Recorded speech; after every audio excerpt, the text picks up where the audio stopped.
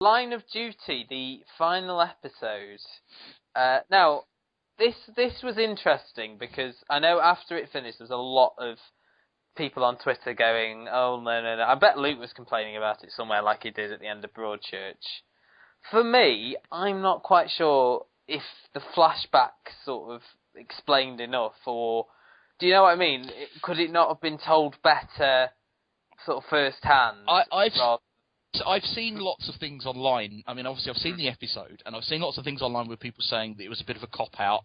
I liked it because it did fill in those bits of the plot that you perhaps Luke had been complaining that it was more difficult to follow. Yeah. I think, therefore, if you had seen this scene earlier, it wouldn't have been. So I think it was quite clever because it missed out. Obviously there have been lots of hints about Dot being the caddy, but you saw him there you it. Knew he was the caddy, though. We knew he was the caddy in the first series. You knew he was, but you didn't know. Well, yeah, but you didn't quite know what his involvement in this was as the caddy. Not in this one, but you knew.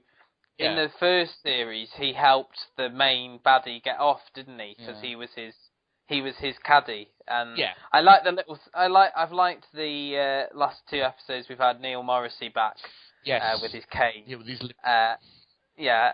And I enjoyed their little scene where he chased him and he ended up on a golf course. I thought that was a nice little touch. Yeah. But the whole reveal that Lindsay sort of, knew it was sort of a setup, took some money. But, then it was a double cross, it was a triple cross.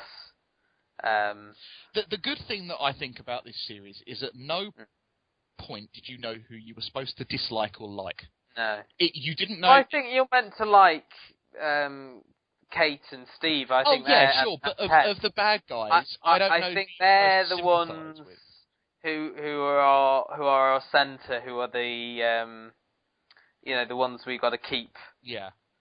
There, even though they're not particularly, I don't think if you met Kate in real life, you'd maybe not get on with her all that well, because she is quite a harsh person, isn't she? She's not someone... She's extremely committed. I mean, towards the end of this series, she was sleeping in her car, which I thought, again... the husband chucked her out. Well, that's right. And again, I thought that was extremely well done. And the scene where...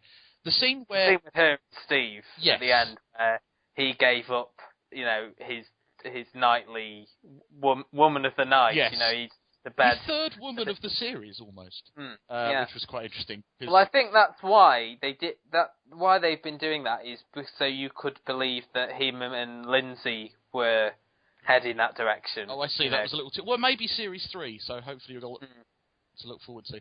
And I liked the conflict that the Irish guy. Sorry, I can't remember his name. It's in keeping with.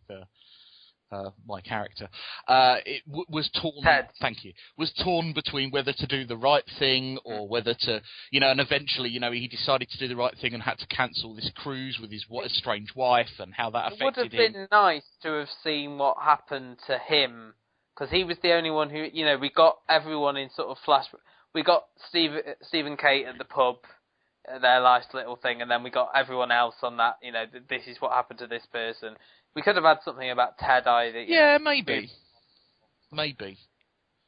Don't know. Overall, this will definitely be in the end of review stuff. This was superb, and we can only hope that Keeley Hawes does make some sort of appearance in a third series. Sort of akin to how Neil Morrissey maybe has this series. Yeah, I was quite glad because in the first series, the main character obviously died very controversially at the end of the series, and I was worried that somebody was going to... I mean, obviously they did that right at the beginning of the series in this one, didn't they? Yeah. But I was worried that someone else might die, so...